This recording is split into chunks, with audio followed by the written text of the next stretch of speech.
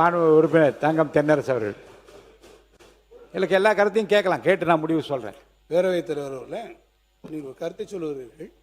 நான் ஒரு பொதுவாக ஒன்று சொல்கிறேன். இப்போ ஒரு திரைப்படத்துக்கே போகிறோம்னு வச்சுக்கோங்க. இந்த திரைப்படத்தில் கிளைமேக்ஸ்ன்றது கடைசியாக தான் இருக்கும்.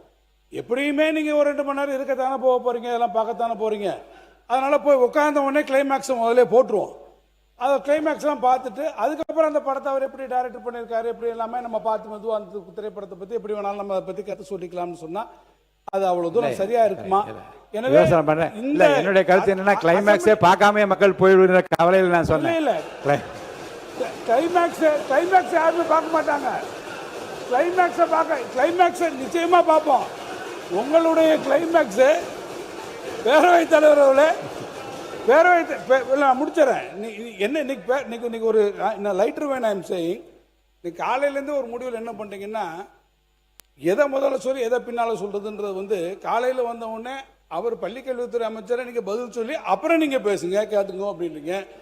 இப்போ நீங்கள் அறிவிப்பெல்லாம் முன்னால் விட்டுட்டு அப்புறம் திருப்பி அதில் பேசுங்கன்னு சொல்கிறீங்க. பேரவைத் தலைவர் தூங்கிட்டும் படுத்துக்கிட்டும் பொத்திக்கிட்டும் படுத்துக்கலான்ற ஒரு முடிவுக்கு பேரவைத் தலைவர் வந்து விட்டீர்களா என்பதை நான் அறிய விரும்புகிறேன். நான் எதிர்கட்சி தலைவர் பேசுங்க. பேரவைத் தலைவர்களே, நம்முடைய முன்னாள் அமைச்சர் சட்டமன்ற உறுப்பினர் தங்கம் தென்னரசு சொன்னது போல, நீங்கள் தேட்டருக்கு போனோடனே கிளைமேக்ஸை போட்டுட்டீங்க, அதுக்கப்புறம் வேணுங்கிறவங்க இருந்து பாருங்க அப்படின்னு அவர் சொன்னார். நீங்கள் சொன்னீங்க மக்கள் கிளைமேக்ஸ் என்னன்னு தெரியாம போயிடுவாங்களோ அப்படின்னு. படம் நல்லா இருந்தால் மக்கள் உண்மையாக இருந்து தேட்டரில் கிளைமேக்ஸ் வரைக்கும் பார்ப்பாங்க. நீங்கள் சொல்கிறத பார்த்தா இந்த படம் எப்படியும் ஓடாது, இந்த படம் நல்லா இருக்காது, அதனால் முதலே கிளைமேக்ஸை போட்டுருவோம் அப்படின்னு சொல்கிற மாதிரி இருக்குது.